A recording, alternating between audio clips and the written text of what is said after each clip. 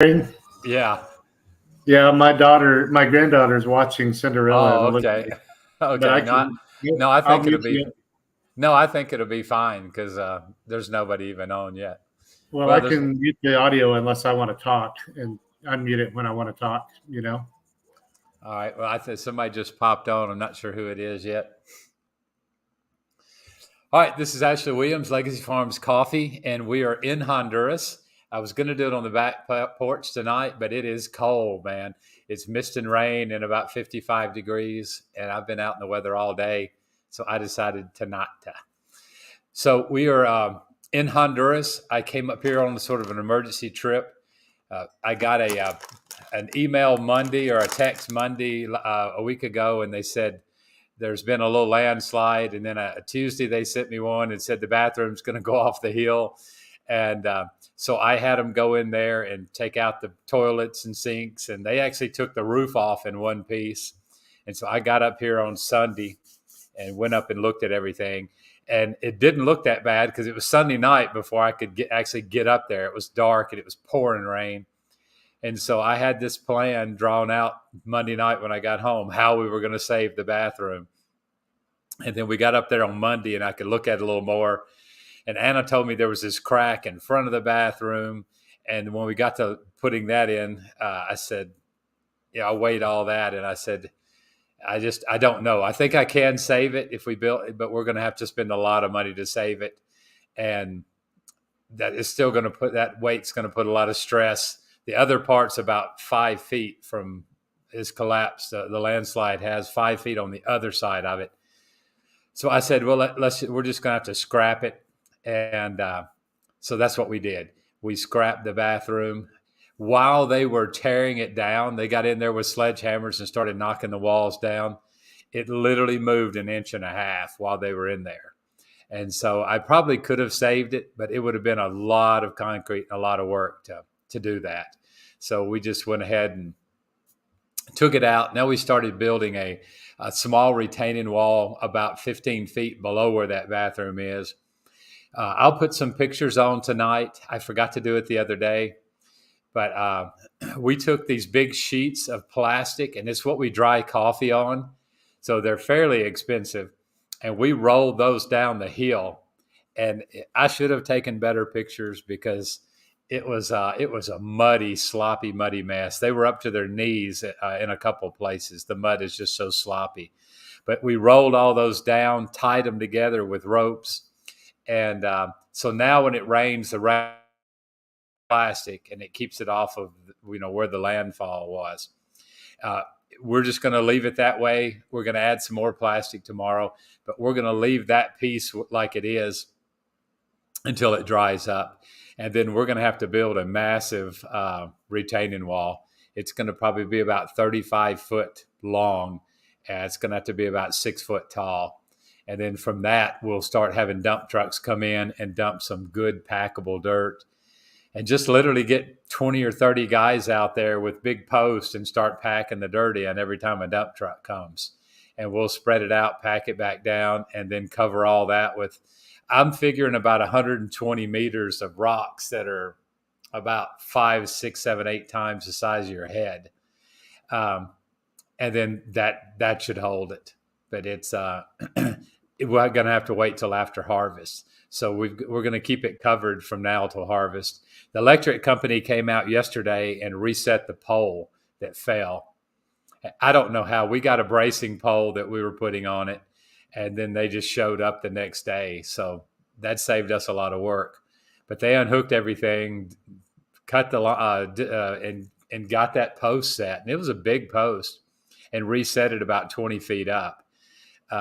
We're going to set our own post right in the middle of the property because when they moved it 20 feet, it let the lines droop down. So you can literally reach up and touch the electric line. But we're going to set a post and get it up as high as we can get it and try to incorporate that in with the new church sign that we're putting up. We're going to call it Bueno Community Church is what it's going to officially be named.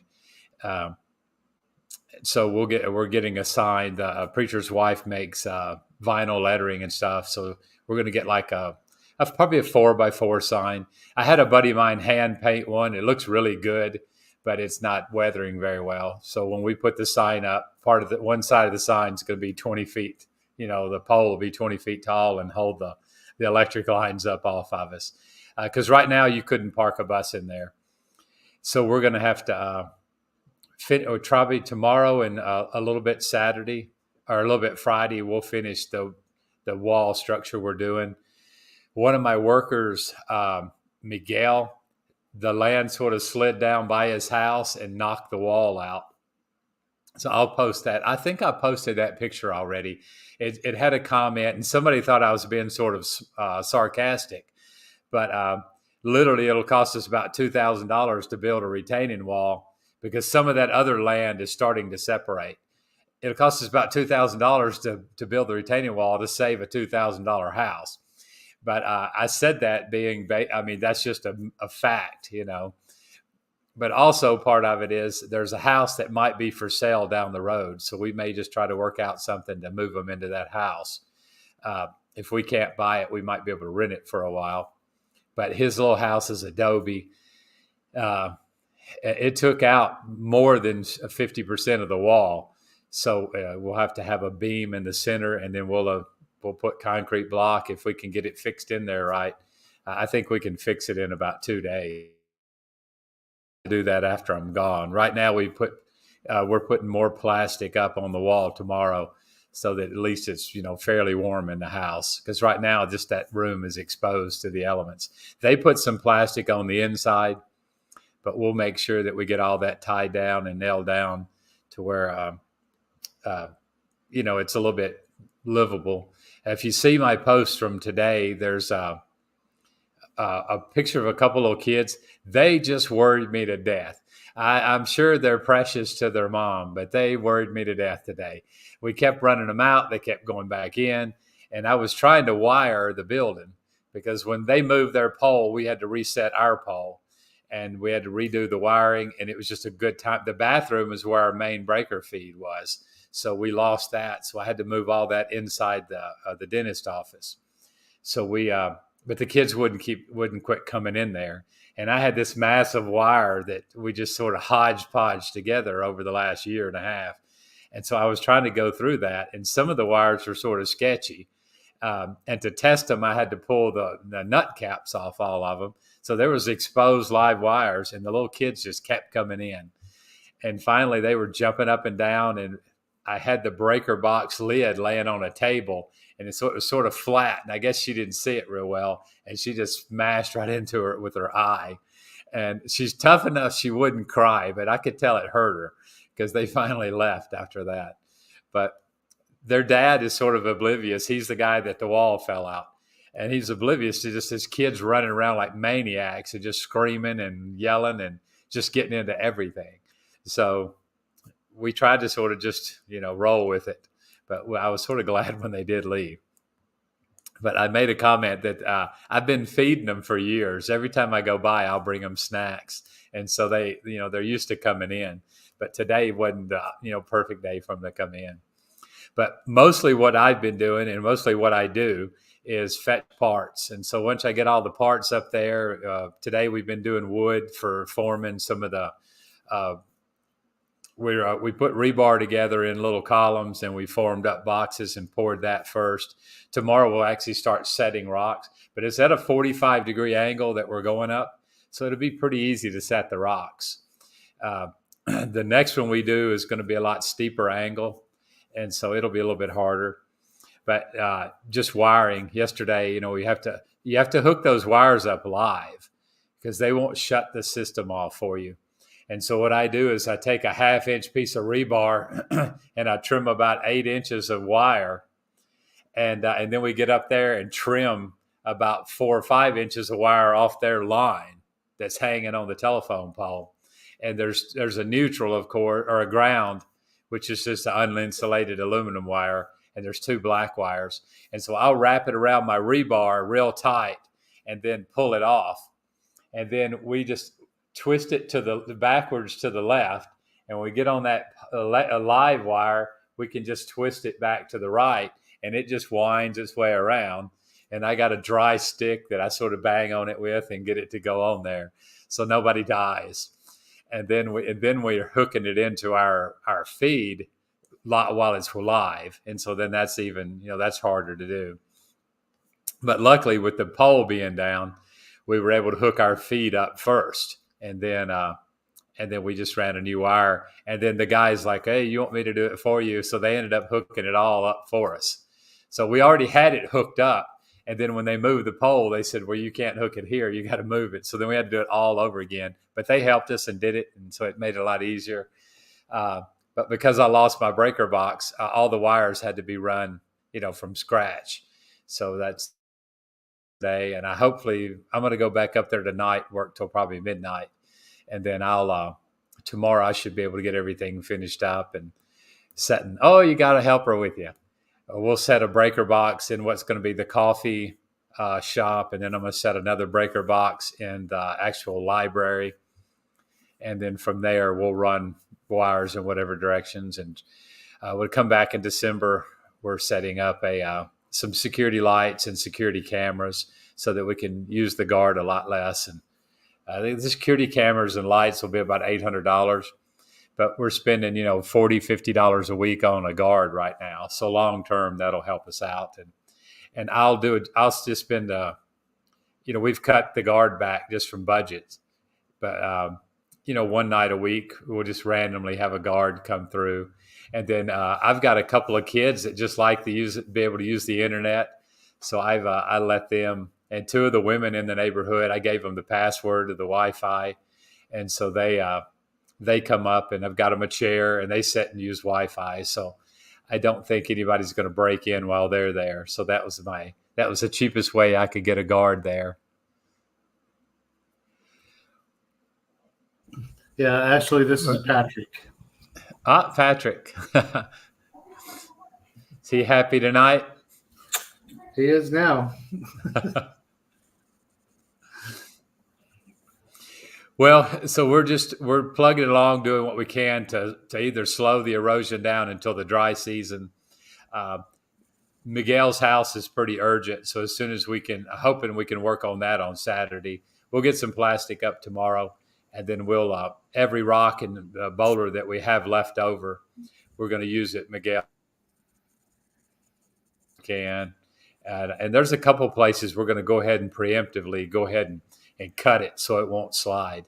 So we'll go ahead and make it slide, and then we'll use that dirt. If we do it while it's, if we can control it a little bit, then we can level it out to the angle we want, and then cover it with rock, and hopefully that'll prevent it from skidding anymore. And then we just put a cap on it. The first 4 or 5 feet, we'll cap it with concrete. So that'll help. And then the rock itself will act as a filter and slow down the rain, when it comes. So I got a couple ideas. We'll see which one I'm work and don't. Is Miguel the name of the person that house is that you were going to have to spend $2,000 to protect the $2,000 house? Yeah. His it would be Michael in English, I guess, but Miguel, and then Miguelito is his little boy, and he's got a couple of the cutest little kids, but man, they're a mess. And for what there's some kind of a vacation period they're going through right now, so they're out of school, so that doesn't help. They're just bored out of their mind, I guess, most of the day. So their dad's working over there, so they came over with him. And, excuse me. Most of the time, he works in the farm, so most of the time he is out in the farm, and they're always up by the main road, which is super dangerous. And he's got a toddler that just walked right across the road yesterday, and he didn't take off running or anything. He was standing up there by the road about 50 yards away. And then the other little kid, can't be more than about 7 or 8, just ran out there, picked him up, and ran to the other side of the road and waited for traffic to go by, and then carried him back across the road. So it's a pretty laid back group. But I knew it wouldn't do me any good to run. I was too far away. Take me 30 minutes to get there. Well, Bill, how's everything going with? We got Bill and Richard that have said hi, and we got another close to a dozen that are watching. So anybody wants to jump on, you guys sure can. We don't have a set schedule tonight. I was going to answer a couple questions. I just took a bite of bread, so it's perfect time to start talking. Somebody asked me, and I've said before, there are no stupid questions, but there are some that are funny. And so somebody asked, what variety of decaf bean do we grow? And to answer that question, there aren't decaf beans. Any bean can be decaffeinated, as far as I know. The decaffeinating process, there's two main processes. One's done with chemicals. And Bill, Richard, any of you guys that know what those chemicals are, you're welcome to chime in. But you put some kind of chemicals in it, and it either dissolves the caffeine or separates it out. The Swiss water process is the one that the one that we buy and that we roast. It does something with pressure extrusion and pushes the caffeine out. That's called a Swiss water process. There's two plants that I know of where our beans come from. One is in Canada, one's in Mexico. It's not cost effective for me to send my beans to Canada and then ship them from Canada to the States. So we buy somebody else's beans. It's very expensive. The smallest decaffeination plant that you can set up would be, $25,000, $30,000. So I don't think it's anything that we're going to do. Although I would like to, I definitely want to address that in the next couple of years. And I've reached out to a couple of guys to see if somebody would want to go in and just see, I find out more about it, of course, but see what it would cost for a couple of us to go in. Because I personally feel like there'd be a lot of people around here that would want us to decaffeinate their beans. For me, I would only need to do like 5% of my beans. And then, for what we sell decaffeinated in a year. But also it might be a new market I could get into for selling the green beans if we had a decaffeinated one that came from my farm. I think, Bill, you bought a couple beans from me that I bought from somebody else. So it's definitely something I want to look into. I don't know a lot about the decaffeinating process other than what I've researched on the Swiss water when I had to make a call into which one to buy. I get mine for one of my customers, and I looked it up.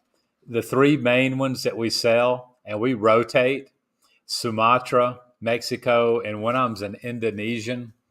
They're all decaffeinated with the Swiss water process.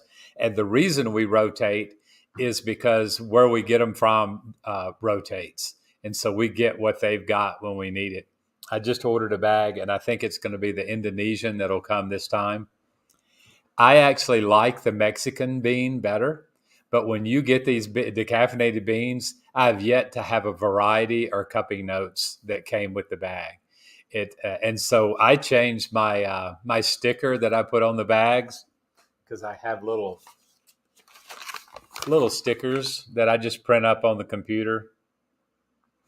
And I changed it because there's 5 different ones that we've gotten over the last 2 years.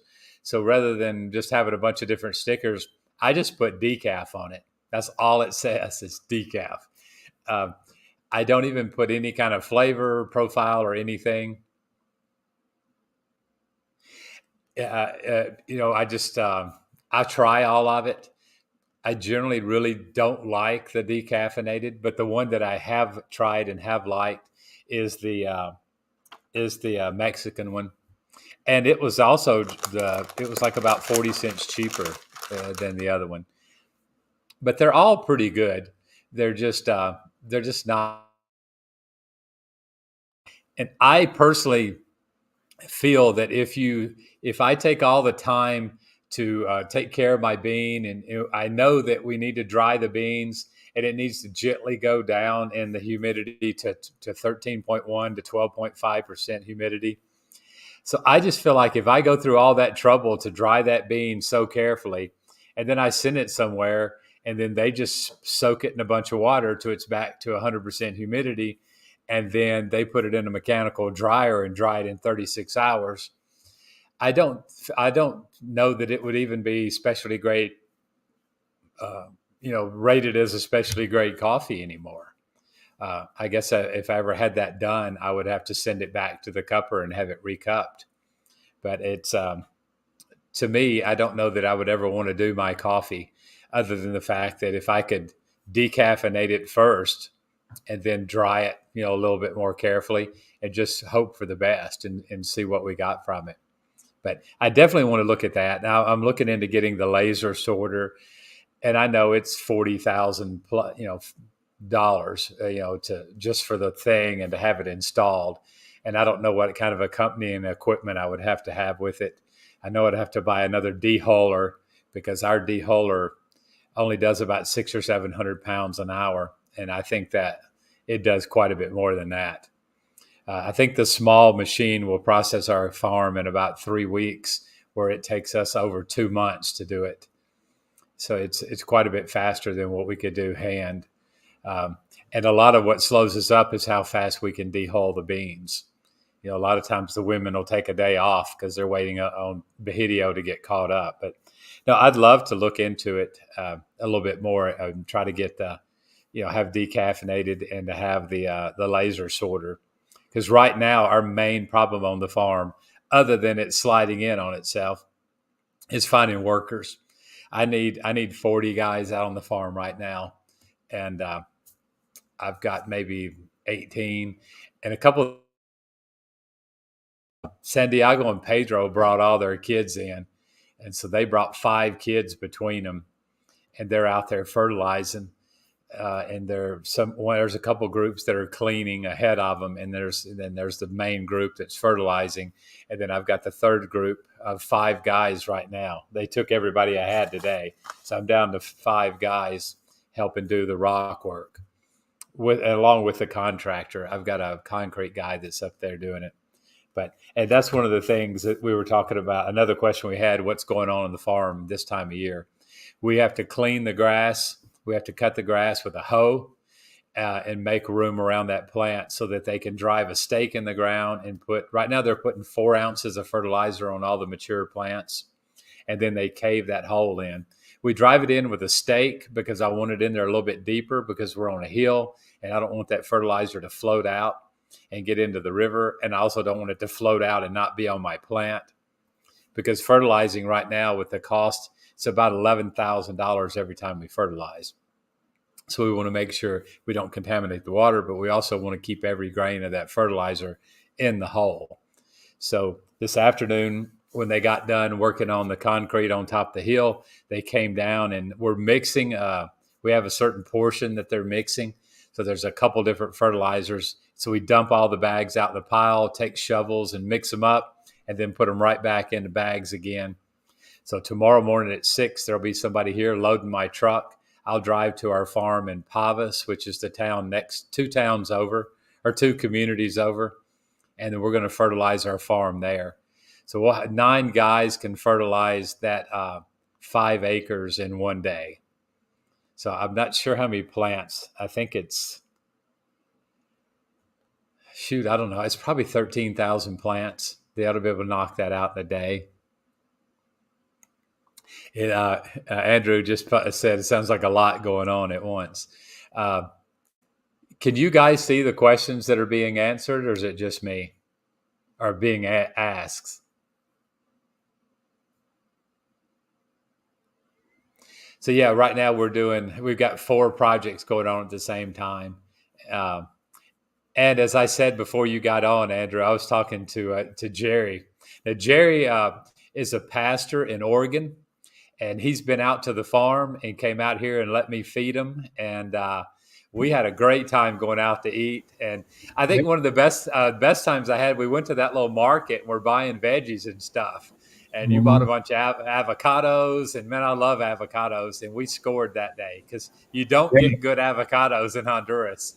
And when you guys left, you left about half of them here. So I hoarded those things. I think it was about this time last year when I first started reaching out to you on Facebook, and we started planning on us coming out there to see you in January. Yeah, it was. I enjoy having people on the farm. That's as frustrating it is doing some of the nonprofit stuff. It makes up for it when you have a group out and you get 100 people going through a clinic, or you've got a smaller group that goes out and does 2 or 3 construction projects or something. And uh, somebody asked me one time what I paid. And of course, I never answer that question because people, if they haven't been here, you wouldn't understand. And it's a very sensitive subject. And I've done the math, and all I can say is I pay as much as I can. And I can say that after 9 years of having this big farm, we've yet to make a profit. And the farm wasn't bought to make a profit. The farm was bought to change lives. Um, but it's even if I doubled the average pay, or even if I tripled the average pay of a worker, he needs an $800 roof on his house. It's going to take him years to save up for that roof. And if you think life happens in the United States, life happens here. Miguel never dreamed last week that a landslide's going to knock the wall out of his house, and so now he's broke. He's got a hole in his wall, and his kids are cold. So what we decided to do was all the money that we could stockpile, we broke it up into a couple of things. We have a long-term bank and a short-term bank. We have a benevolence fund, and then we have a work project fund. And so when we have some downtime, San Diego and Pedro are brothers. The chimney pipes keep your house clean of smoke, and so it's just a healthier environment to live in. On a bigger project, we're going to need hundreds of dollars to put a roof on. We can make the call. Last year we did some roofs, so we had to do a cheaper roof so that we had to make a call. Do we do one nice roof for one house, or do we put two like 8 or 10-year roofs on for 2 houses? So it just makes sense to do the 2 houses. And then a friend of mine owns a paint store, and we're going to try to start painting those roofs. And he says if you paint it every 5 years, it'll last forever. So we're going to give that a try. I'm planning on living forever, and so that's definitely not going to happen. But I figured if they could afford a couple gallons of paint every couple of years, and they may get 30 years out of a roof. In my mind, most of the houses we work on won't last 30 years anyway.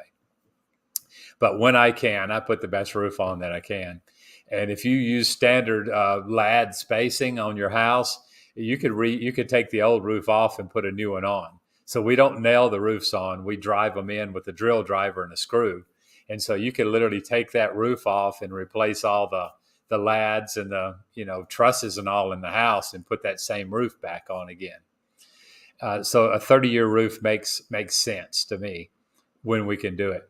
So instead of we do pay more, but instead of trying to figure out how much we can pay every year, we just we make sure they got plenty of money to live on, but we also make sure that some of their health cares are met with a couple of dental clinics a year. I mean, a couple of medical clinics a year, and make sure that everybody has a roof over their head and one that doesn't leak. And if I can't fix it, we can tarp it or we can tar it or something like that. Or if I can't replace it, we can do that. So those are some of the things where the money goes, when people do buy our coffee. And that's one of the main reasons. I would like to be, in 2 years, I'd like to be selling 75% of the coffee that I produce. I'd like to be selling it roasted. If we can do that, then we'd be in a whole lot better position to just living wise, and nonprofit wise. But a couple of things that I was working on today is finishing up the dental chair. So when I had to put a new breaker box in the dental clinic anyway, I went ahead and hardwired in some stuff so that we're not running extension cords for the lights and things in the dental clinic. So I've got a plug in right there by the dental chair. So the dental chair doesn't have to be moved around. We don't have to, run temporary wires and stuff. Getting that dental clinic set up to where it's a little nicer. And then once I've got everything on the chair working, like the lights and the pneumatics, and get a drill head and things like that, then that's the most expensive part of the dental clinic. And then the second part is I think we figured the other day that to fill 2 teeth, it's $17. That's doing a bunch of them in a day, because that $17 also has to cover the dentist, which obviously is not $17. So she can do, or he can do. It's a she and a he right now. They can do somewhere around 60 fillings in a day, and so that would cover the fillings, one injection, and the cost of the dentist. Which is very little. We're not paying their hourly salary or anything. We just pay their meals and to bring them from Tegus. So it's pretty affordable. But right now we're going to start the dental clinic out by doing cleanings. So when I go to Marcala tomorrow, I'm going to go hit a couple dental clinics. I'll take Anna, the farm manager, with me, and we're going to see what it would cost to get a dentist out here to just do cleanings one day a month, and then start keeping files on the kids. And let's get them in a routine of get them a professional cleaning once a month, if we can. There might be too many kids, but we'll do what we can do and see what it'll cost to do that. Because if they do the cleanings and then we have some extractions that need to be done, then the dentist can obviously do that. But if we keep cleaning their teeth enough and well enough, and then get a program where we're able to buy toothpaste and toothbrushes, and teach them how to brush their teeth. Because, I mean, we all had to be taught to brush our teeth. Maybe their parents don't know how to teach them the correct way. I don't know. So a couple of months ago, we started doing, the librarian has a little book, and she pulls out, and it's how to brush your teeth and all that. So, we're trying those baby steps. The little saying that we go with here is do the mostest with the leastest. So, we don't start out the nonprofit by buying a $40,000 Toyota Hilux. And then, you've seen our building. The building was there. You went to church. So the electricity is pretty sketchy, to say the least. And there's been a time somebody shut the door one day because there was wires running out, and all of a sudden it started arcing, and so I got rid of all that today. There's no wires, they're getting crushed when the door shuts. But, we're just a little time everything up to, Honduras code anyway. But we're trying to figure out what's the biggest project what is a project that would help the most amount of people with the least amount of money. And so right now the dental clinic would be just cleaning teeth, and then doing a day a month where they came out and did some extractions if they needed it, and then work our way up to, doing some fillings and stuff like that. But with the equipment right now that I have, we can do cleanings all day long. So I've got all the picks and stuff, little mirrors and all that stuff that you need to do that. And I have an autoclave that's also, I got it going, but it's pretty sketchy. It's some kind of a steam run machine. And so you fill it with water, and then it heats that water up. It looks like an espresso machine when you take it apart. The problem is I can't fix the pressure shutoff sensor. And so I put it outside, and I've got a 12-foot extension cord, and I set somebody in a chair with a timer. They're not allowed to watch videos. They're not allowed to listen to music. They watch the timer. And then after so many minutes, they just unplug it, because otherwise it just keeps getting hotter and hotter. And so that worked pretty good the last time we had a dental clinic, and it gets everything sterilized to code. So that's the main goal. But I'm afraid if they start watching videos or something, that something's going to blow up.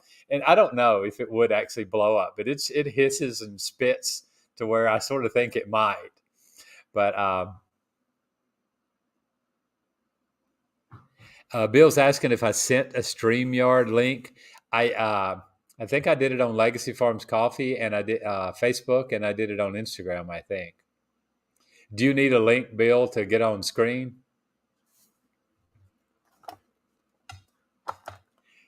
Because I think I sent one to my wife, just so I'll have one handy. But I learned how to get on. I've got my phone set up now to where I'm big stuff. I can get on my StreamYard account on my phone. Hey, Ashley, how much coffee did you lose? How many coffee plants did the landslide take out? We had a small slide that was just on a small scale about 5 years ago that took out some plants, and I just decided at that point not to replant that section. And so zero, it didn't take out. So we were lucky in that respect. But we had a fence up there. It took out the fence, and then we had uh, it's sort of an erosion plant. It's called isote. We had a bunch of isote planted that it puts out a massive ground and for erosion control. It was so bad. I mean, it took out all the isote. So once we get it done, we're going to start planting. Just do a massive tree planting. I try to plant about 50 trees every year anyway, but we're going to start a ramada, a nursery. We're going to go ahead and do that this week, and I'm going to put about 500 trees in it. And so I've got a tree that's called the Caliandra, and so as long as we keep it pruned, they'll put out a good root system and won't. I don't want something in there that's going to have a massive amount of weight that's just going to start falling over. And so we're going to try to work with the government and see what they recommend for trees. But I think that our Caliandra will work pretty well. I'm trying to send. I'm going to send Bill a link real quick. Yeah, I sent you a link, Bill, if that's what you need to get on. If anybody else wants one, just let me know. I do need to learn how to tell people how to get on screen if they want to. But yeah, I try. One year we planted about 200 orange trees. And right now, I think the last count, 80 of those are over 10 feet tall. So, yeah, we're trying to just do what we can to replenish those trees. If you guys go to like Google Satellite and you look up Legacy Farms Coffee Cerro Bueno, it'll bring you up to the farm. And most of the time when you're driving down the road in Honduras, the coffee farms stand out just because it's these beautiful rows of, green plants. When you look at our farm from the satellite, you can barely tell any defined rows. The last place I planted was about 3 acres. And so it hasn't got covered up with the shade yet. But, the majority of our farm is shade grown. And so you can barely see it. Have you got two things going, Bill? There's a feedback. Jerry, can you hear the feedback? No, I'm not hearing it. Okay, then don't worry about it. It's just me. Generally, when I hear voices, it's different people, not just me. So, can you hear me though? So, oh yeah, is the project building secure from any potential landslide risk? Yeah, I think we're good on that. We built that big retaining wall. And so what I've got to do is between the retaining wall, there's I think it's like 19 feet tall. We built that retaining wall. I have to cap that off that we're going to build. That'll sort of tie that all together. And so I think that'll make it fine. Then with the retaining wall we build in probably May and June, because I think it'll take 2 months to build it. That will finish us up to where we don't have to worry about that anymore. There is another section that started a mild slide on Tuesday. Somebody's waving at me there. There is oh no, I think they're waving at each other. Nobody's waving at me. This is my granddaughter Eden. I don't have good sense. I'm like, she's waving at me. I thought I saw 2 little girls, and then I thought it was the same little girl, and then I realized they're waving at each other. Okay, that's great. I need to pay more attention. Bahidio explained to me today. Last night. I went up and I was working with electricity, and nothing was working. And I had electricity in the meter. I had electricity in my box, and I kept plugging wires into my breaker, and nothing was working. And the video came in today, and he's like, "Well, it's because the main wire is still outside the building. You haven't hooked it up yet." And so I was like, "Okay." So I just took those two little wires in, and everything came on. That was after I hooked one wire up. I'm like, I wonder what the red wire is. And so I put that in a 20-amp breaker, and I turned it on, and I could hear something blow in the other room. And it was just two wires that were that for like future expansion or something.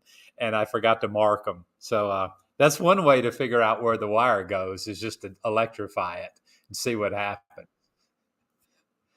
Today I was trying to chisel through a wall, and I drove my chisel right into the main feed coming from the line out in the street, and so I'm lucky that didn't get me. Yeah, one thing that I noticed when I was out there in January was how MacGyvered everything seemed to be. Like everything seemed to be like MacGyver would put together. Well, when we first started building everything, I was very meticulous. And then I had plans on opening up I was like a year away from what I thought was going to be the library opening and all those things. And I was getting a lot of pressure from those preacher guys, you got to watch them to start the church, And so my idea was, when I forget what the number was. I thought it was 500. So when I get 500 books, because what we're doing is we're trying to get people that have grown up in Catholic Church to switch over to Christianity, to put it easily, in just a basic simple. And so you need a lot of trust, in my mind, before you do that. And so my idea was to, instead of opening the church first, I wanted to open the library first, because I thought if we got the kids in and the kids got to know us, then we could sort of slide that over with some Bible studies. And then, so that's what I did. And I got a lot of resistance with that idea. And then, instead of waiting, thinking one night, and I was talking to Eli, and you get this wisdom from a child that schools us all. And Eli's like, "Well, Daddy," as he asked how many books we had, and I said 179. And he said, "Well, that's a lot of books if you think about it." I'm like, "Yeah, but it's not many." And he said, "Well, if every kid read one book in one day, it would still take, if you had 179 kids, it would still take 179 days for them to read all the books." I'm like, "Well, I didn't think about that. I just thought, I got 6 boxes of books here. It doesn't seem like a lot of books." And so I was like, "Well, what are the chances we're going to get 179 kids, first of all?" And so I'm like, "Well, let's just open the library next Saturday." So that's what we did. And I'm like, "Well, there's no lights in it, so I better get to that." And so we just started stringing lights. And for me to do the lights in the church, I don't have a ladder that will go up there. So I'm climbing a ladder that's like 16 feet tall with 3 guys just holding it, and so that, even as strong as they are, that got pretty sketchy there a couple times. And so once I got to the top, I'd tie a rope to the ladder and I'd tie a rope to the beam. And there's a couple times they let it get away and it just fell backwards, and I just held on. But we got up there, and I got 5 big lights in the church, and then I went in, and the library is a little bit better. It's finished. The lighting part's finished. I've got to start doing the receptacles now. But yeah, the electrical was very sketchy there for a while, and so I'm getting it done better. I hope this week that I can finish it, but I'm not sure. I've got a lot of junction boxes that have to be run and stuff like that. But yeah, as things started progressing, I just had to do what I could to get something done. And so, like, the bathroom had the toilet wouldn't flush, so we just put a bucket and a hose in there, and you just flush it with the bucket. And so we finally got that one bathroom where it had a regular bathroom, the sink worked, and everything in it was nice. And then we had to tear it down with a sledgehammer yesterday, or day before yesterday. But yeah, and a lot of it comes from, this week there might be $300 worth of donations, and there might be another donation for another month. And so we're having to I budget the money 3 months out. And so once I get enough money in the account to pay the labor for 3 months, Anna puts that in an envelope, and then whatever's left, we start doing projects with it. And so, that's one of the things that we have to sort of fight with as far as just being able to go in and finish everything. And somebody asked me today, how much money will it take to finish everything? So, and Jerry, you've done more probably fundraising and stuff, but you got to be careful with that question, because that person may write you a check, and if you say 12,000 and it's 15,000, you just hurt your people. So I'll spend a couple hours tomorrow in the building and just going over everything, and I'm going to go with a plan A and a plan B. Plan B obviously would be tile floors.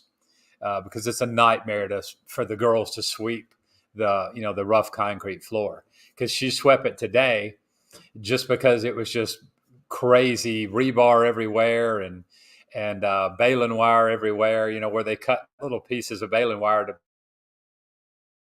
rebar, and so she spent 3 hours just sweeping. Now, obviously, we can't do construction in the church building if we got a tile floor, but when you went to church, we had enough chairs for the congregation, but when there's a big meeting or something, we'll have over 100 people in there and right now we're just using concrete blocks and 1x14 boards. So, it's in that budget we would put in to have pews made, or to the plastic chairs. It seems like we break on an average of 1.5 a week. And they're like $9 a piece. So I think I would opt for church pews, because I think they can be built fairly quickly and easily, rather than a whole bunch of plastic chairs, versus it's like $26 for the little fold out chairs that are the best quality of them. So for the children's classroom we're building, I put in my budget for the $26 chairs, because I feel like the kids are going to be pretty rough on them. And that scenario, I can't use the pews, because we're going to have to reconfigure it, fairly often. According, if it's some North Americans staying in it, we're going to have to take everything out, put beds in it, and then the rest of the time it's a classroom. But for the main church, my vision is to have the church building be like it would, possibly walk into your church in Oregon, and it, have, matching chairs and, nothing fancy, but I want it to look organized, and I would opt for church pews. And then at that point, I'd get the ladies in there and upholster them. We could do that fairly easily too. We can get the foam padding, and all the women know how to sew. And so, make them pretty nice, but do it on being frugal with our money also. So I'll work up 2 different budgets today, and I'd love to have tile floor. That sounds expensive, but tile here is pretty affordable. And once we'll go in there with the concrete, a little slurry mix, and level the floor out perfectly. That takes about 4 or 5 days, and then those guys will have the whole thing tiled in maybe 4 or 5 days. I think I tiled my entire house. It was $450, labor, tile, and everything. And so, hey, actually, for people that want to send you guys money, do you have a preferred method? I know on your website you have a donate button, but you also have a mailing address. And I imagine with the donate button, there's fees attached to that, but you get it quicker. So I was just curious what you would prefer. A lot of people, especially the older people, will mail us a check, and that's you can Google us, but it's 2214 Arapahoe Road, Mound Ridge, Kansas 67107. But then Legacy Farms, lfmissions.org. There's you can Venmo. That website will take pretty much any donation any way you want to send it. The main thing with the donating online, you lose a little bit to fees and stuff. You never get your whole $100 out of a $100 donation. And we're trying to work on ways to get around that. I know there are ways, but we're not getting, once we start getting some major donations in, we might rethink how we do it. But Charlene's saying she's roasting, so you'll have to let us know what you're roasting tonight. I'm going to go out later tonight and roast my India AA Pupalang Estate Robusta. I'm going to roast that tonight before I go back to work. But wiring. But yeah, those are the main two ways. And speed is not a big issue. We sort of bank up once we have enough money for a project, then we do it. But getting a check, there's no fees involved in a check. And so that would always be my preferred way. But if anybody knows how we could set up, because it is a 50, what is it, 503s, 501, something like that. Yeah, 501c3. 501c3. So it's all tax deductible. So there probably is a way that we can take credit cards and not have to pay a fee on it. But I'll get that figured out, and that's my fault for not knowing that already. We've been doing this over a year, so I need to get my head in the game. Well, I guess I was just wondering if is there a need for urgent money right now because of the landslide stuff, or is it fine to send a check? Or would you prefer people do the donate button? No, you could send a check because, to be completely honest, we borrowed the money to come up here and do this project. And so the money for the next couple of $1,000s, it would stay in the States paying off that loan. Now is a bad time for us to borrow money because coming into the harvest is when we're going to have a lot of money. We're actually importing some people from Nicaragua this year, trying to get them to live on the farm for 2 months while we pick, because the pickers, there's caravans passing constantly. A couple of them went by today coming to the United States. And so people are leaving like crazy. So we're desperately trying to find people, and it's a struggle every day. So when it comes harvest time, this is going to be our hardest year for harvesting.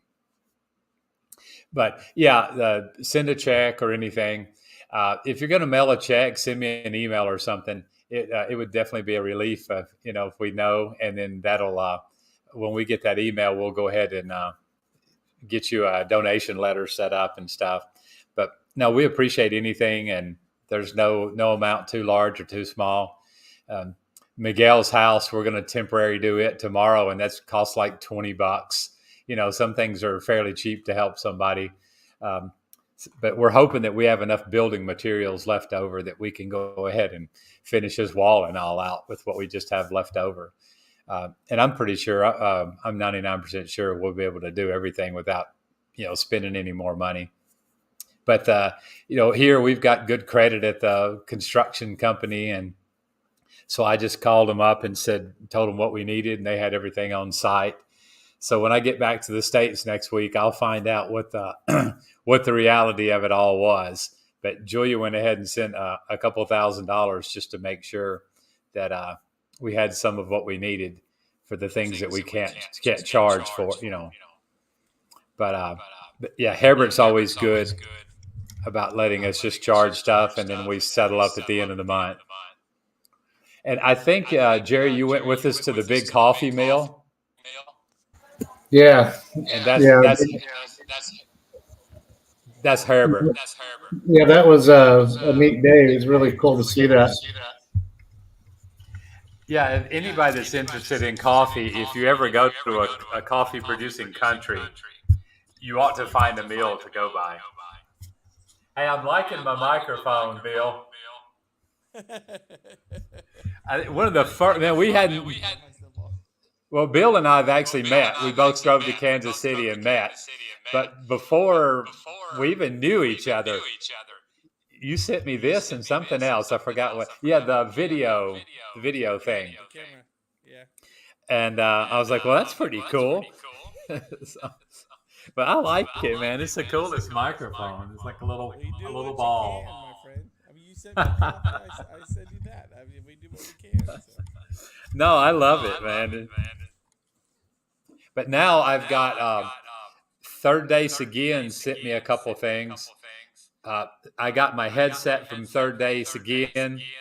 I got my little circle light from Walmart. Had to pay them.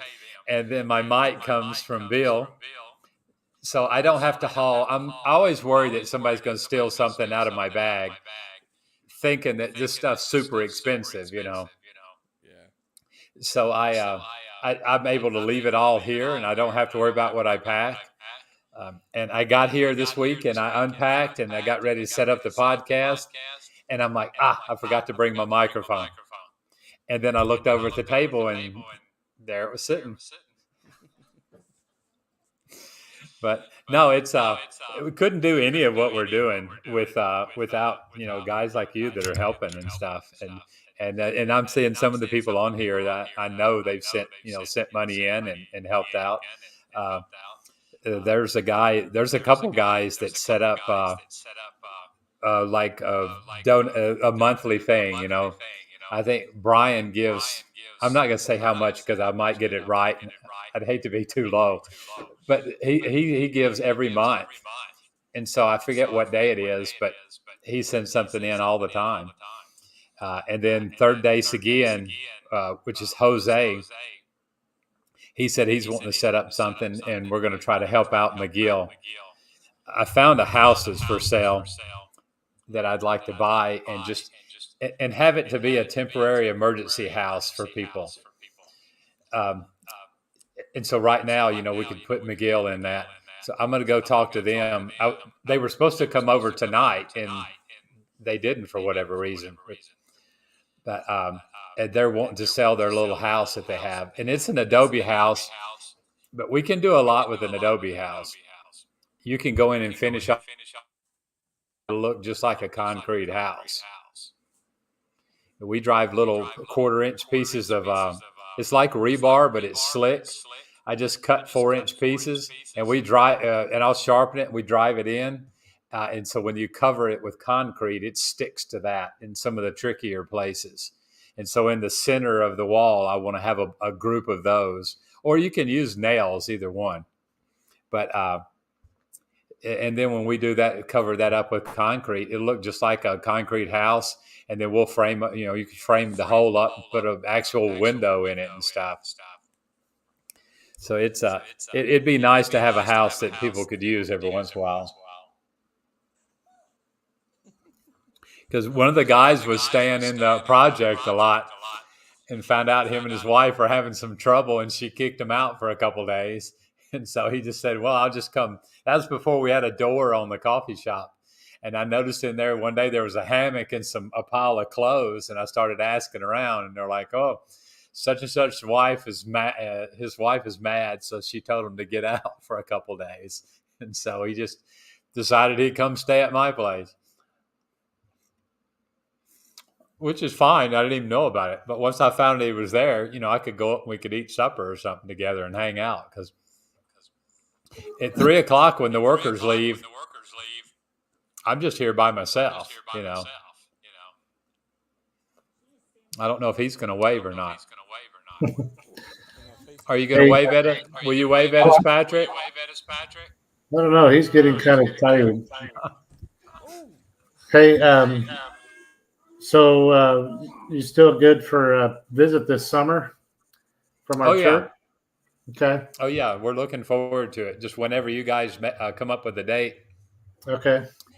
I've got a group they're wanting to come up for a week in July, but they haven't figured out what dates they're looking at exactly. But okay. All right. It's not a big deal to have both you guys here at the same time, and we just need to sort of figure out what all y'all want to do while you're here. And I've sounds like we might be planting trees. Might be planting trees, but I do want us to put a day in to go to Sigua, because I think it would be Eli and I went back in June. We went to the caves, and it was pretty fun. You can do a campfire and bring your own hot dogs, and there's a couple of places where you can have a little campfire and roast your own hot dogs and marshmallows. So you're not allowed to stay in the caves more than 2 hours. And then you have to come out for a while, and then you can go back in. because the oxygen content is so low in certain parts of it. And then, and so, yeah, just come out. But the day we were there wasn't anybody in there, and they didn't tell us about it. And so Eli and I stayed in there like 3 hours. We set up a podcast in the cave. I mean, we brought a picnic in there. And so Eli likes to do things first. So we did the first picnic in a cave. We did the first podcast in a cave. And we did drank the first Legacy Farms coffee in a cave. So, but we were in there at least 3 hours. And then we were sitting there eating, and I got to reading one of these signs, and it said the oxygen was 25%. And I got thinking, man, that's not really much. That's not much at all if you think about it. And the guy said, oh, it won't hurt you unless you're down there for a long time. And I said, well, what's a long time? And he said, 2 hours. I said, well, we were in there 3. So maybe that's what's wrong with me. Well, Ashley, I think I'm going to have to bounce. I'm going to help my wife be a grandparent, get these kids settled. But it's good talking to you and getting an update about what's happening out at the farm, especially with that landslide. And glad to hear that everything's going pretty well as far as you getting getting abatement for all that happening. Well, and I was thinking about you today. I've started doing a little list of that I'll send you guys, and it'll give it's got about 15 or 20 phrases that you ought to try to brush up on before you come. Some do's and don'ts, what to bring and what not to bring. There's a couple people brought big bottles of shampoo with them. Yeah. So, I'll get that finished as quick as I can. All right. Well, I'll try to get a date to you soon, and I'm going to go ahead and leave the chat here. It's good talking to you guys. All right. Thanks. See you, Jerry. So listen, I don't want to say something about your coffee here, Ashley, but I'm noticing that people who drink it outside of you are all bald. It does. Well, I don't know though. See, if I tilt, let me tilt a little more. So I don't know what's going on there. I'm going to have to make that call whether I'm just go ahead and intentionally, just shave it all off or what. Behidio's going to cut my hair tomorrow. Well, I just shaved. I haven't shaved in a couple of weeks, so I shaved tonight. But yeah, I'm sort of getting to that point. But Behidio does this sort of fade kind of thing. He calls it the Espanol. And so he's going to give me a haircut. It's a $2 haircut. So he's going to give me a $2 haircut tomorrow. So but yeah, one of these days, I've thought of a couple times about it, but I sort of got a big knot up here. I had a wreck when I was a kid. And so I don't know if it broke something or what, but I got this big old chunk sort of sticking out on the top. So I'm not sure what it'll look like. So I might shave one time. I might shave when I come up for harvest and just see what it looks like. And then I'll have to wear like a stocking cap all through harvest anyway. So if it looks real bad, then I can hide it. Yeah, well, mine was leaving me, so I just help you out. Help you take it off. Kept doing it. But there's a couple guys in our niece class in Taekwondo that have shaved and all. So I just got to figure out how pretty I'll be without hair. I could be rich if I could figure out how to take the stuff that's growing on our back and make it grow up on our head. Oh, no kidding. I don't have any problem with that. I don't have that issue.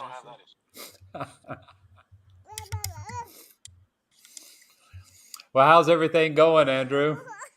Oh, it's going good. Staying busy. Well, that's good. Now, what is your day job? Or is your day I'm job the worship coffee? pastor at my church. That's my full-time job.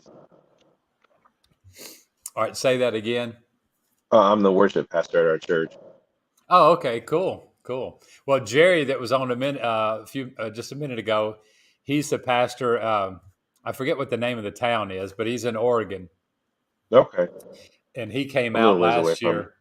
Yeah, he came out last year and did like an exploratory trip. His church is wanting to take on some kind of a foreign mission, so he came up Okay, and just sort of they hung out for a couple days, and they wanted to get out and see some stuff, which is fun to do. And we were pretty slow, so we went out to eat at every restaurant we could find, whenever we could.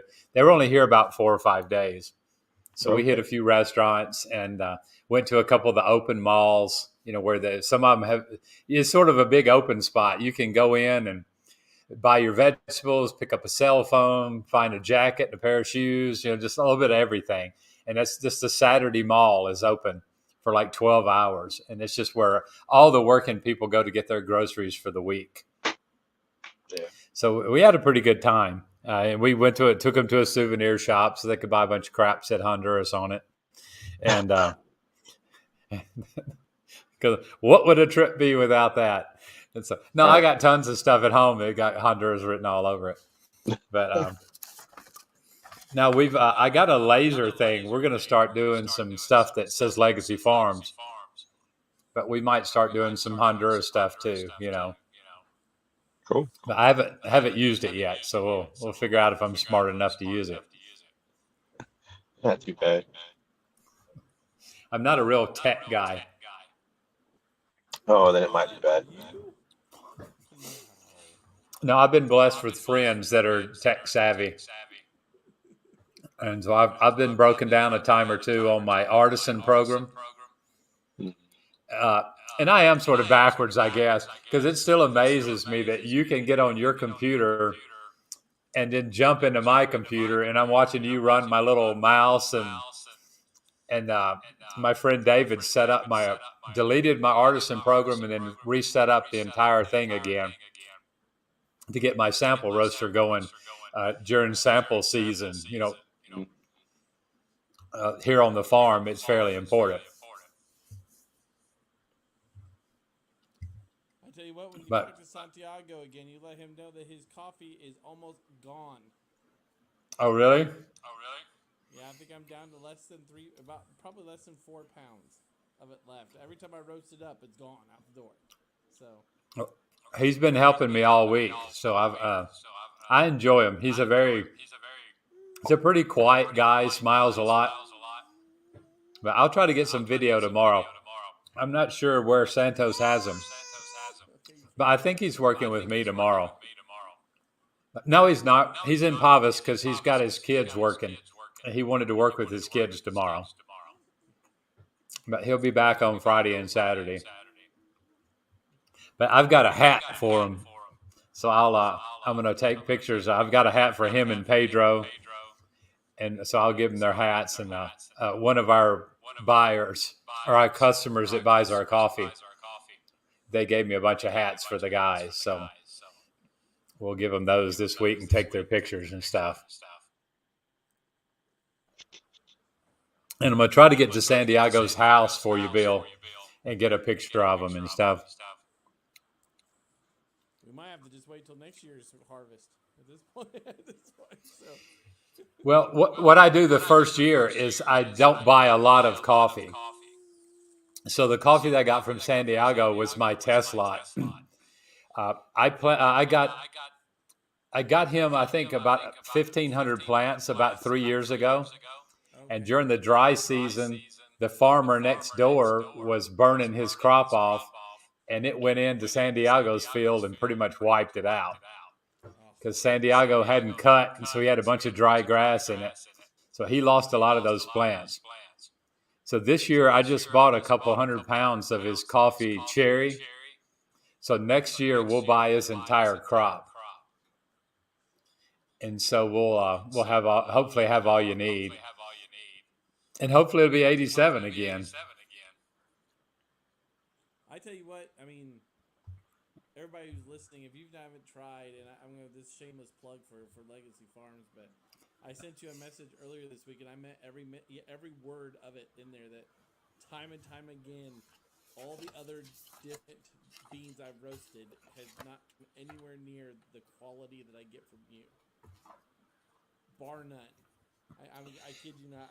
It's everybody, even from our mutual friend down there near you, another contact I've had in Georgia, everywhere. I nowhere is anywhere near good quality as what your beans are. I appreciate you saying that. The women really work hard. It seems like they take a lot of pride in not getting a recount or a resort while they're doing it, and so they do a really good job, and they it seems like they have fun doing it. So yeah, that the girls make a big difference.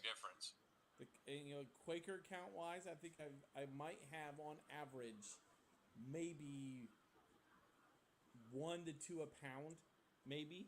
I mean, I'm talking like now all the time, maybe. And I can't say all that's yours. Some of that might be Santiago's and Melvin's too. That I'm thinking about, but it shouldn't matter. But this year we've had more Quakers than we have the last 3 or 4 years, and I'm not sure why. I'm building a bed.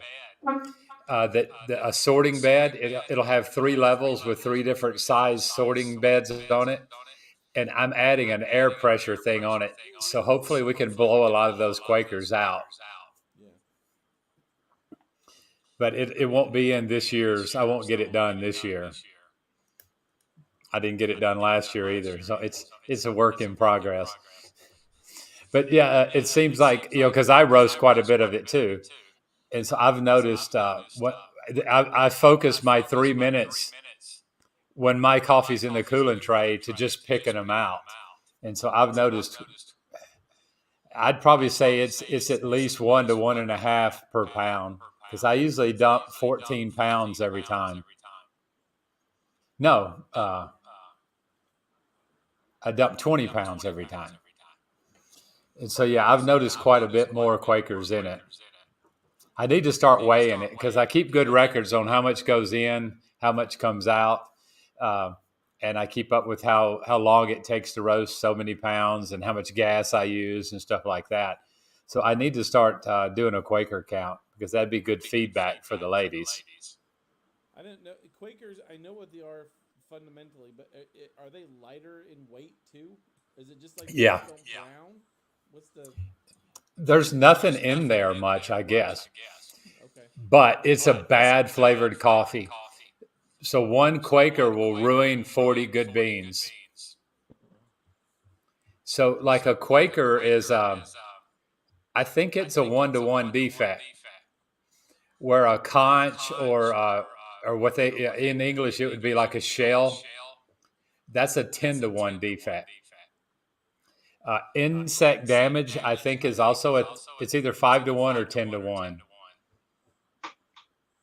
Because the insect damage, as long as there's not like an insect, most of the insect damage is when she bores a hole in there and lays her eggs, they eat the inside out and then they leave. And so it doesn't really affect the flavor that much. So it's 5 of those count as 1 defect.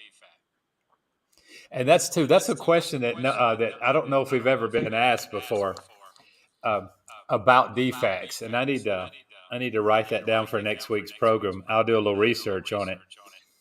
But there's people don't realize, if we try to sort for what I call a near zero defect, I want everything out of there that's not a perfect bean.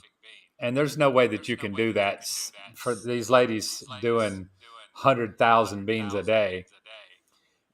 But the goal would be to have none in there. But some of them, like the shells, are a full bean. But it's actually one. It's broken into 2 parts.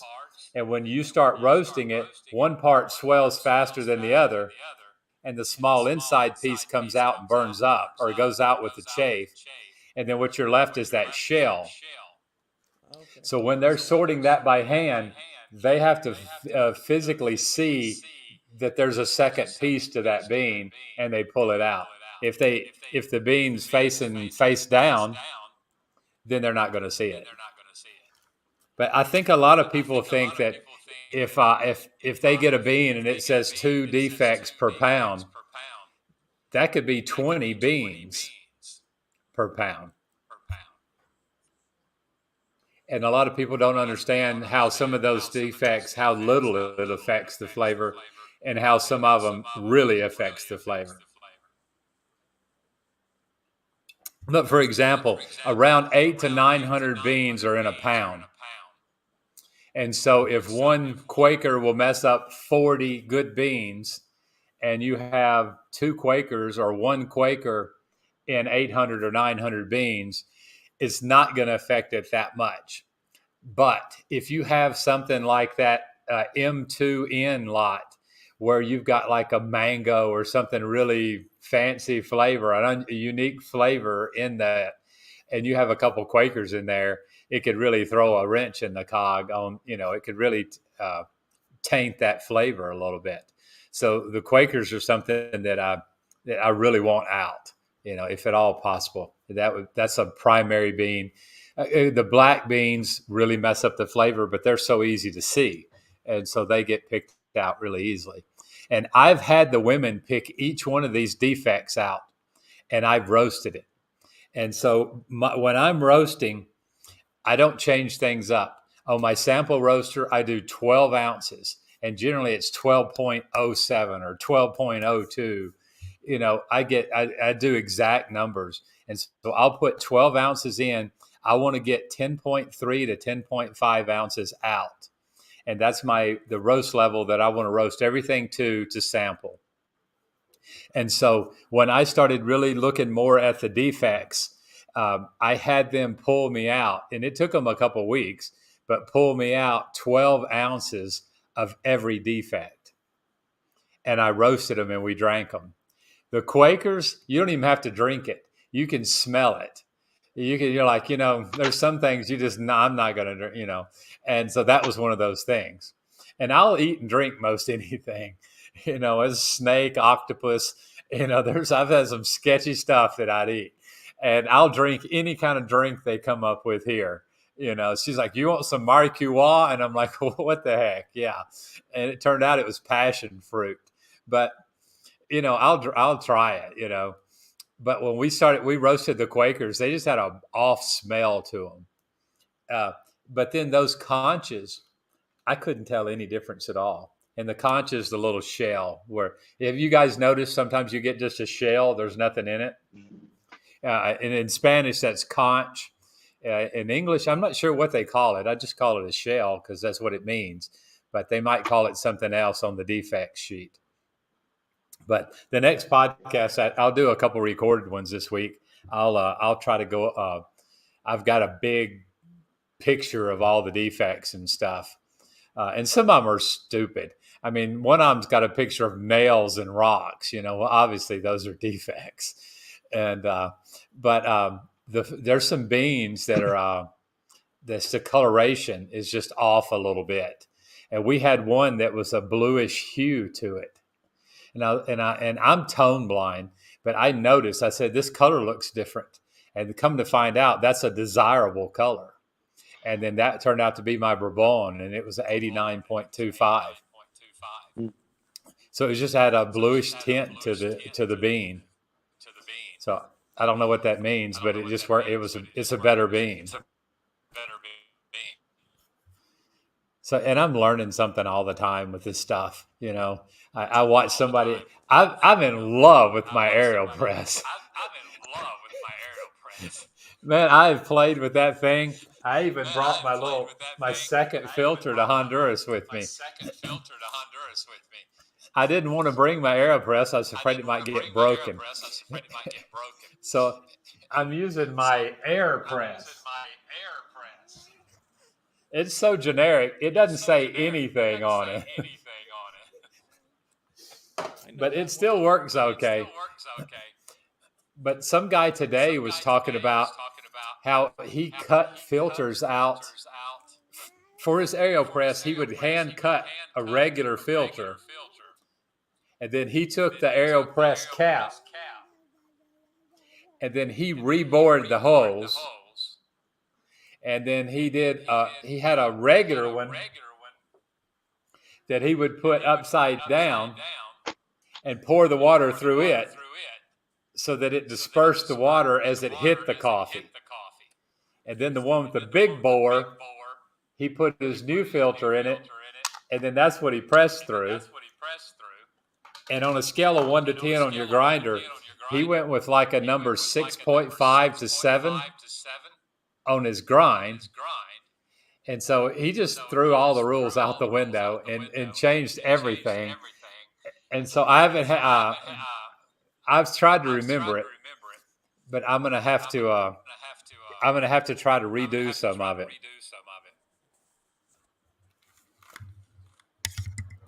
All right, I'm getting some feedback. I think it might be my headset. No, it's not. I'm not sure what it is. All right, can you guys still hear me? Oh yeah. Mhm. Yeah, Yep. I'm getting. I don't know. I might have a delay. I didn't put my little cat cable, directly into the laptop, so I may have a little bit of a delay. Yeah, because I'm watching my mouth. Are you watching? Yeah, my mouth quits moving before the word stops. Are you watching the stream too, along with it, like on Facebook or someplace? I didn't think I was, but you know what? I'm going to log out of Facebook and well, it's so much easier just to blame you. Yeah, I get that all the time. It's all right. Well, your wife told me just anytime there's a problem, blame Bill.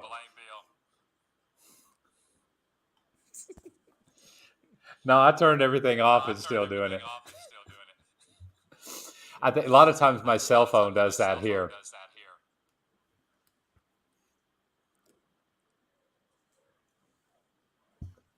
Oh, well, so everybody's doing pretty good. Now, Andrew, do you sell your coffee? Yes, I do. Have you got Facebook page or website or?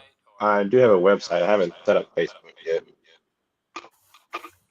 Well, you're welcome to say your page or anything like that or any contact information. How do you sell your coffee? Uh, I haven't really done a whole lot online. Most of it's just been in person. Just friends and family, and friends of theirs that contact me. Say, hey, I'd like to order something. Okay. So I think that's about the same as Bill's doing. Yeah, I mean, mine's mostly my employer at work, mind you. I mean, there's like 2,000 of us in the same building, so I figure if I get everybody on board with my coffee in the building, I'd be doing okay. yeah, Oh yeah. So I don't really need to branch out. I've shipped maybe 2 orders around the state of Missouri. Other than that, everything else has been in the same building I work in. So. Well, yeah. I'm I going to haven't send you shipped some too much. samples next week. And Andrew, if you want some samples, you can figure out how to put your label over mine. I did an event a couple weeks ago, and I've got a bunch of samples left over from it. Okay. So I'd be happy to fill a box full of samples, and you figure out how to cover up my label. Okay, or I'll just drink it. So this is what's going to happen. You're going to send us those samples. Those samples are going to be awesomely roasted, and then everybody's going to expect all of ours to be exactly the same. Exactly. Well, I'm going to say it on the podcast. I'm not the best roaster in the world, but I might be able to roast Honduran coffee better than a lot of people could. But as far as being well-rounded roasters, both you guys have roasted way more countries than I have. I've got a profile that I don't even use the written profile anymore.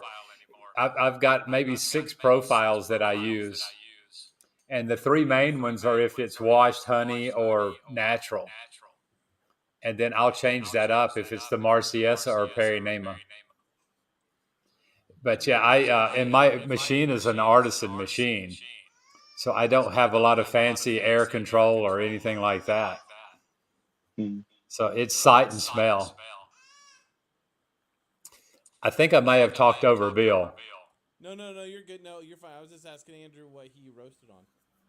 Oh, I have a Buckeye 3.5. Okay.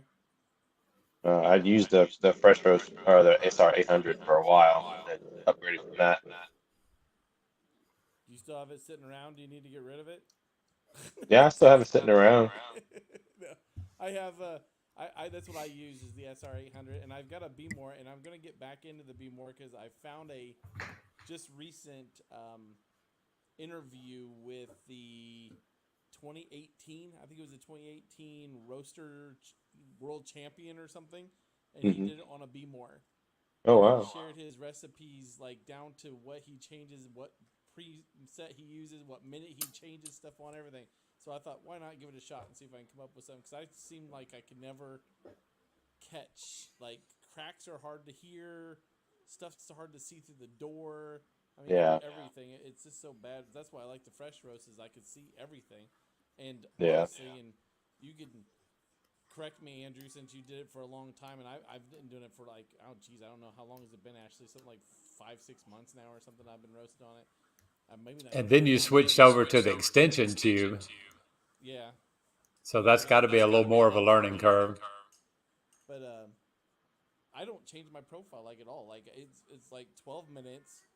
At 9.5, I do this. At 6.5 minutes, I do this. At 4, I do this, and then I run it out to the end every single time. Like, it doesn't matter if it's honey, natural, whatever. It's all the same. So I'm kind of making it sound like I know what I'm doing, and everybody loves it so much. I'm like, yeah, I really don't change anything. I just really it's a 12-minute process. That's all I do. So I would change it occasionally, but it wouldn't be like every time for something. But then also started using that the Razzo tube, uh, yeah, and so I mean I like that one a lot, and I got really good results with it. you're gonna have to teach me what I'm doing wrong then. I guess. Oh, you didn't like yours?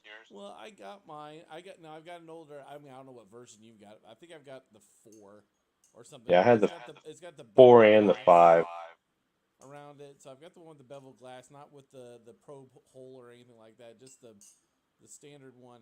And every single time I use it, because I've got the factory one and it, and every time I use it, for some reason, I've got like 3 or 4 or 5, 6 beans that just burn to a crisp to the bottom and won't move. And Hmm. it blocks like 5 or 6 holes along the bottom of it. So I just put it aside and went back to the factory one and get consistent every single time with it. So I was like, all right, it doesn't matter. I won't use it then. That's fine. Yeah, I mean, whatever works good, Yeah. go for it. Ashley, who are you texting? No, I keep getting a movement notice over by the corner of the house. Oh, my It's wife probably just goes, mind your own, Bill. no. I love the little swan system, but somehow something got changed up. I only have the motion sensor set up inside the house and inside the cupping lab, and so I know that from 7 o'clock in the morning till 3, Anna comes in the house once a day and empties the dehumidifier. So that alarm will go off once a day. And then the one in the cupping lab has got a hose running out the wall. So she very seldom goes in there. And so the rest of them are outside. So there's people everywhere. So none of those are set up. But something just changed up on this where the outside thing keeps sending me a motion detector or something. So it could just be the dog walking by or banana tree blowing. I don't think the government's coming to get me yet, but they're watching.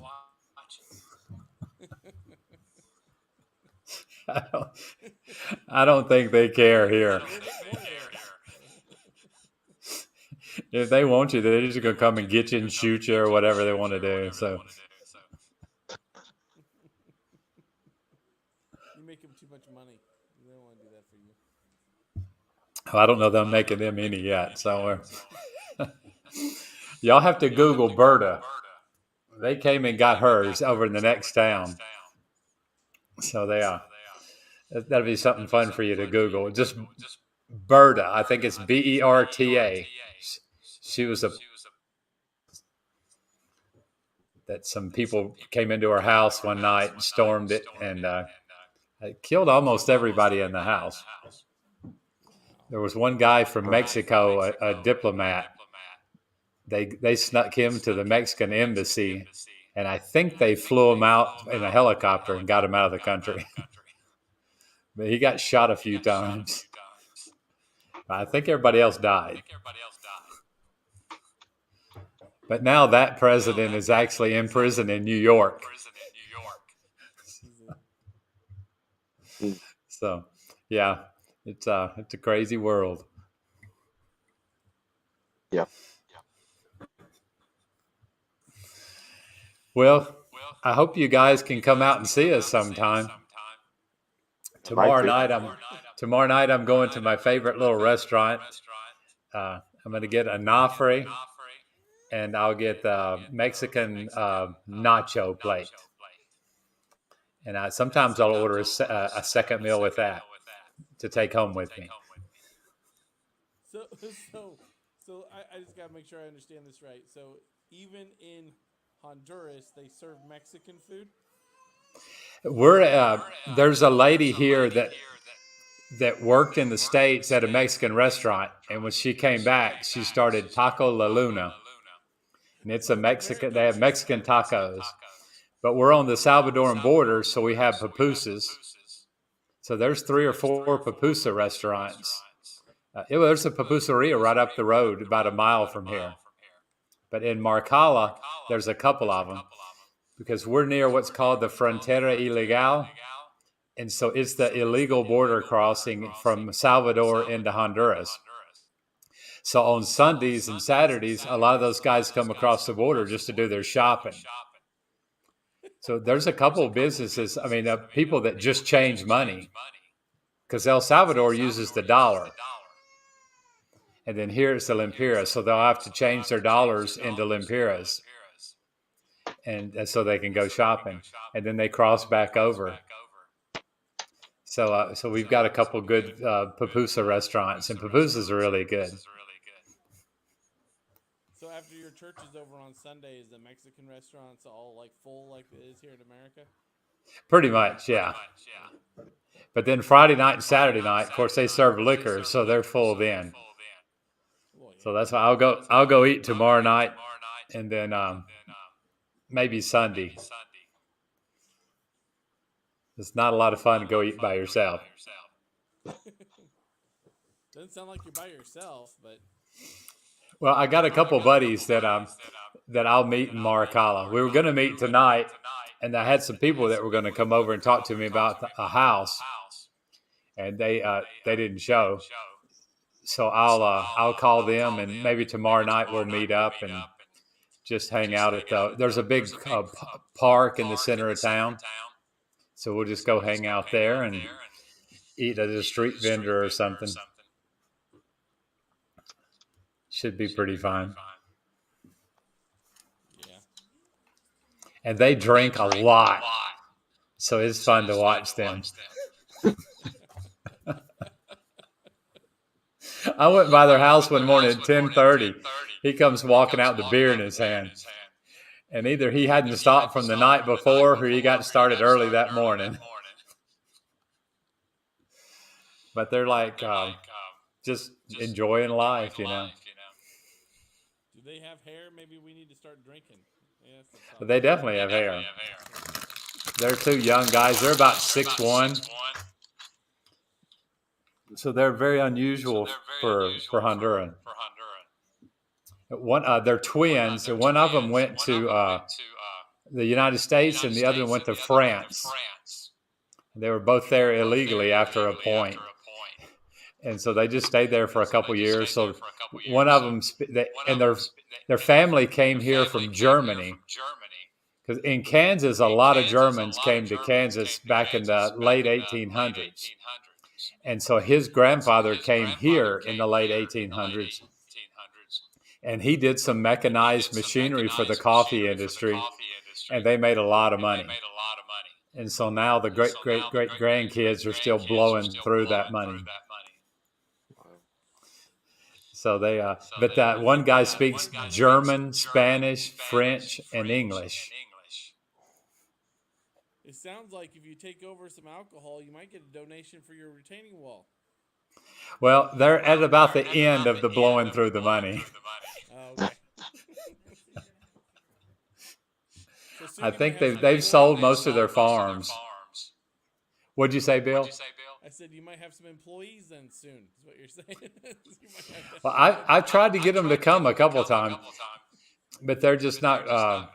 They're wanting to like trying to do some kind of a business, but they hadn't found anything yet. So, but yeah, they have a car. They drive places, but they still don't work regular jobs. They have little coffee farms, couple acres each. But maybe one day we'll buy their coffee or something. I'm just making faces, Andrew, and my daughter sitting over here. So you don't think. I had a feeling. As I'm sitting here going. It's having some kind of fit. I got 3 of them. I feel you.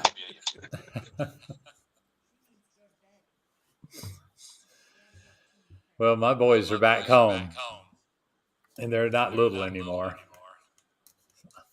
This one, if I throw the camera around and she sees her again, she'll try to steal the show again. So that's why she's doing there. Well, that's all right. She'd probably boost our ratings. I don't.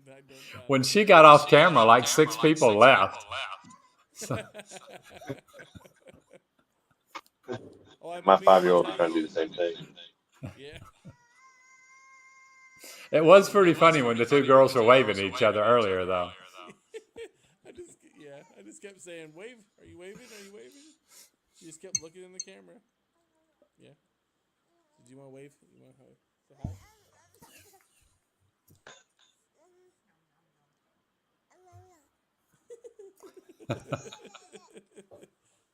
She's having a good time.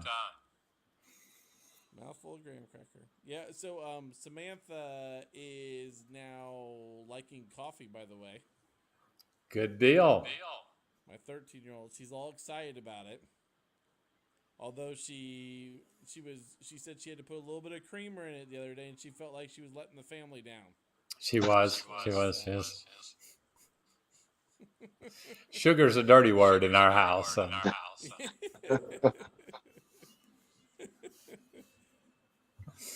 Yeah, I tried to get it. I can't get nobody in my house to drink it. Yeah, I tried to get let you know that at my event the other day. Well, not my event. What I sold some of your tea or gave some of your tea to a lady who has heartburn issues. You and I had talked about it. Remember, I said she had some soy problems. Yeah. She couldn't figure out why, but every time she drank a certain over-the-counter brand of coffee, anything like that, she always has stomach issues because of, they said, a soy allergy, which I don't know why there'd be soy in coffee, but it's only when she drinks over-the-counter stuff. I sent her some of yours, and so far, nothing. No problems whatsoever. The tea, no heartburn, no nothing. She's fallen like head over heels for this stuff. So it might be a yay on that behalf, because I can't tell you, I talked to about 4 people at that event at my work that said, "Oh, I can't drink coffee because of X, Y, or Z." And I keep saying, "You're the person I want to talk to. You're the person I want to get something in your hand, and you tell me if you still can't do it." So A couple of our, especially I think the canal washed coffees are really low acid. yeah. I started running low of coffee. I actually brought Bahidio a bag of coffee, but it ain't gonna happen because I already opened it up and been drinking it.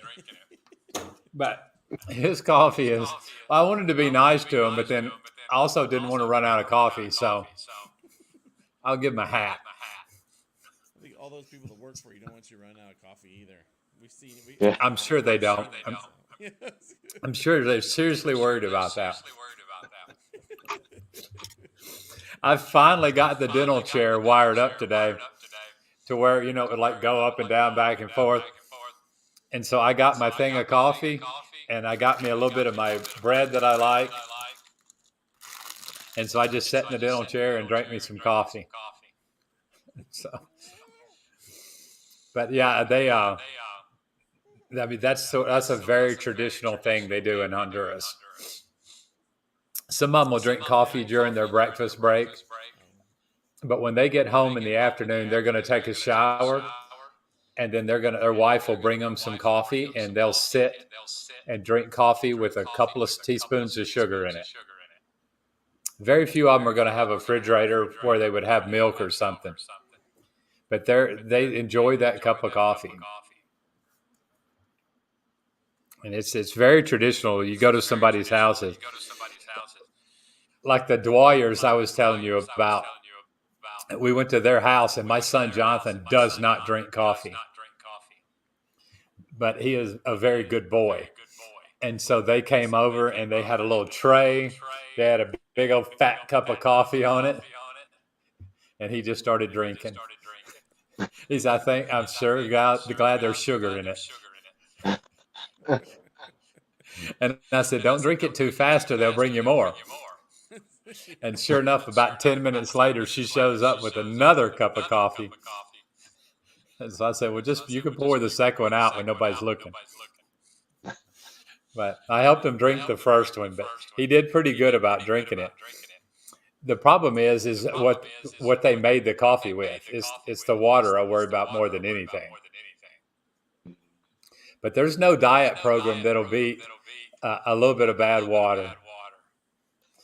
Over the next 3 days, man, you are losing weight. So is that the real reason the bathroom fell off the mountain? That could have been. Because literally it fell into the septic tank. So, when we broke it apart, but we had to bust open the top of the septic tank, and we got a hole big enough, so we threw all the pieces of the bathroom into the septic tank, so that and then beat it all down to where we had a solid footing.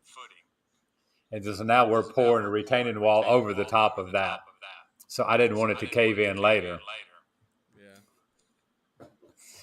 But it'll work out. That line of jokes right there, just my wife giggle on the other side.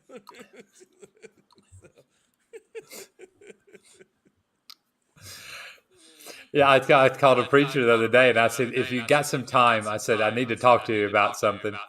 And he's a good friend of mine, and he just said, man, I have the run so bad. You have to give me the rest of the day to just to get everything leveled out. I'll call you tomorrow. I said, okay. He should said, so speaking of the runs, can I talk to you about the erosion that's happening? Yeah. Well, he lives here, so yeah.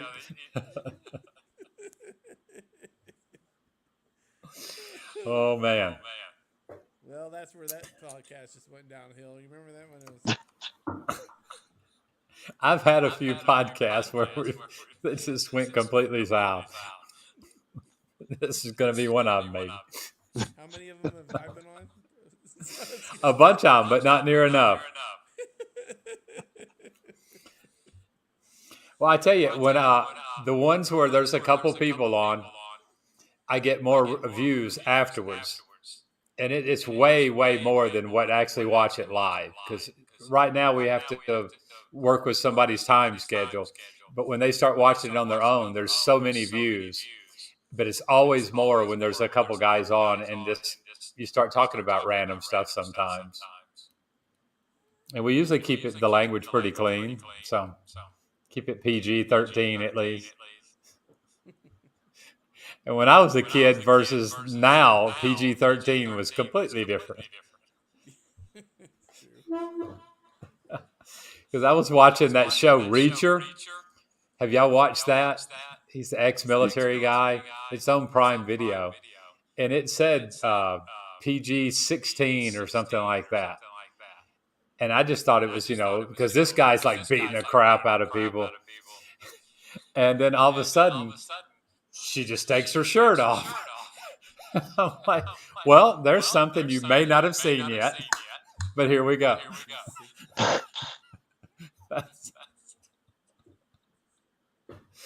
So it was a pretty short scene, before I even had time to find the remote, it was done.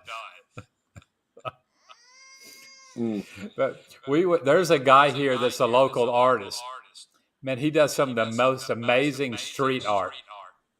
They'll go out and clean the side of a mountain for like 50, 80, 100 feet, and then they'll just paint a mural going down. And we went to his house one day, and he gave me some little rocks and stuff. He painted like strawberry, and he painted a coffee bean and ladybug. He just gave me some stuff and invited us to come by his house. And we walk in, his entire house on the outside is painted. It's a mural. And he took out his windows and replaced them with round windows, and then painted the entire side of the house the face of an owl. And so he needed the big round windows for the eyes. And we went inside, and all of his artwork was hanging. And so we go in, and man, it's just the most amazing landscapes. You look to your left, and it's really hard to draw hands and faces. And so he had these people that he had drawn, and they're just so lifelike.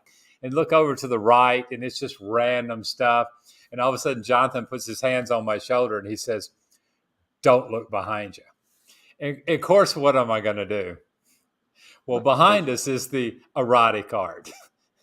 And it's just as lifelike as any of the rest of the stuff we saw. And I'm like, well, oh my goodness, there you are. So we'll back out of this room. But don't say don't look, because that's the first thing I'm going to do. So he got exposed at probably the age of 13. So he pretty much knew where all the parts were. So I'd had the talk already, but seeing it up close, a life-size version of a woman, he put every 2 and 2 sort of really equaled 4 on that day. He figured out a lot of the stuff that he was wondering about, I think. So there you go. But long story short, he's a really good artist.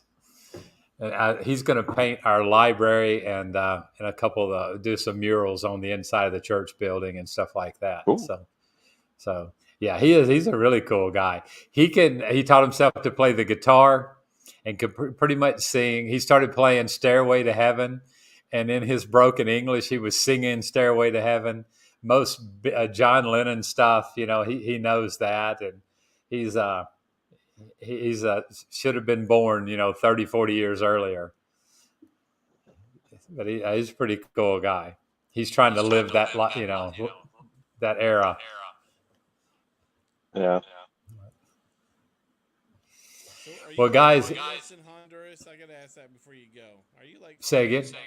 Are you famous in Honduras? Because every time I talk to you, he's like, there's this really cool guy. I've been over to his house. I've sat and drank coffee with this person. Is it just a culture thing? My wife is correcting me and say it's a culture thing. I want to prove. I met the president. You met the president? Yep. I almost met 2 presidents. I was in they call their place the Oval Office, and they also have the White House. And so I was at the White House. I was in the First Lady's office, right outside the Oval Office, and we were waiting for the president to get there. And his helicopter had mechanical problems.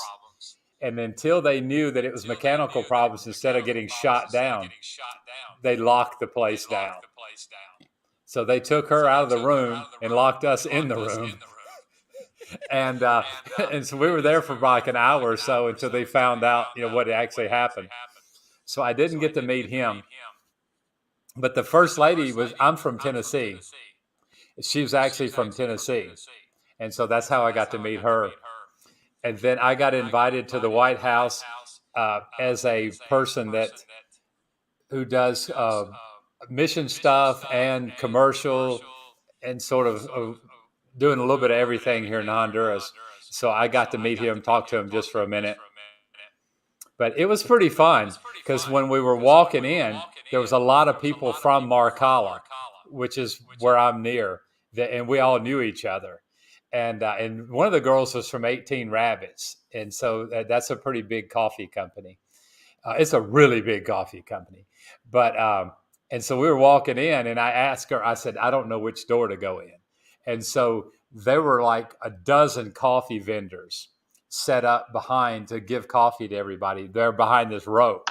And so we all had like little ID badges. And so we were going through the door, and she's like, well, come with us back here, because she thought I was coffee people. And then when the guard saw my thing, he's like, well, no, you're up here. And so the embassy personnel was on the third row. I was on the second row, and they weren't allowed to cross the rope. So that was a pretty good day as far as being famous. All those guys that have way bigger coffee companies that are filthy rich, I got to go, sit up there, and we got to meet the president and stuff. He speaks perfect English. His name was Juan Orlando Hernandez. So but currently he's in federal prison in New York, I think. So they extradited him to the States and put him in prison for a whole bunch of different things. I don't know what all, but it was fun to meet him. When I first came here, everybody thought I was a buyer. And so when I would go to a cupping or something, like the news station came over to talk to me, and a lot of the farmers came over to talk to me. And then for probably the first year, we got invited to a lot of things and stuff. And when they found out, we were sort of nonprofit and stuff, they quit trying to sell us their coffee. But still, in this year, Marcala is a big deal in the coffee, part of Honduras. And so we won fourth place this year in Marcala. And so it was a big deal that a North American or a white person, however you want to say it, won something. And so never is any of them placed or anything like that in any of the competitions. And so a few years ago, I won sixth place in the county fair. But then the fourth place thing was a big deal. So yeah, it was fun. The news station was out there and all that good stuff. So, but yeah, I like to talk to people. And so when I go somewhere, something always comes up with coffee or mission. So. Did you hear my wife in the background? No, what did she say? When he said, I like to talk to people, she went, what? I can't believe that. Because we went one day and we were invited to a podcast up in Joplin, Missouri. It's like 5 hours away from here. I think it's on the south side of Missouri. Yeah. And we did a 5-hour podcast. And it was just me and Eli, and this guy was interviewing us. We covered everything. I was so hungry it wasn't even funny. But I knocked out 5 hours without any problem. If I'd had a hamburger, I could have kept going. And it was above. This guy's a coffee roaster, does jiu-jitsu, and just loves everything I love. So we were over a coffee shop, so there was free coffee involved. So yeah, it was just and he perfect podcast. Well, listen, I'm gonna cut off here because I've got like 1% or 2 left on my phone, so I figure I better say goodbye now before it just shuts off. But as always, be careful, be safe, and hopefully everything goes well down there. I'll bring you back a T-shirt or something. There you go. Make sure it says Honduras on it. I was just gonna bring your wife some of mine to wash. Oh, is that what it is? But I can do Honduras too. Tell her I just got her one. There you go. Right, Custom made. See you guys later. God bless. Hey, Andrew, Bill, thanks guys for coming on tonight. Yep. And we'll talk to you again soon. Yeah, good night, guys. All right, everybody watching, I appreciate you guys watching tonight. We're on Legacy Farms Coffee 2010 on Instagram. That's where I'll be posting most this week. Thanks, Joe, Richard, everybody that came on, asked questions, and commented. Thank you guys for being so loyal. Now, Joe, you'll have to pop back on. I'm not sure exactly who you are. I'll have to look you up if I can, if it'll let me do that. But if not, PM me, Joe, because I think it said Joe Williams. Yeah. So unless you're my Uncle Joe, I'll have to figure out who you are. Unless that's Eli, it might be my wife, Joe. So we'll have to figure that out. Thanks, guys, and we'll talk to you again soon.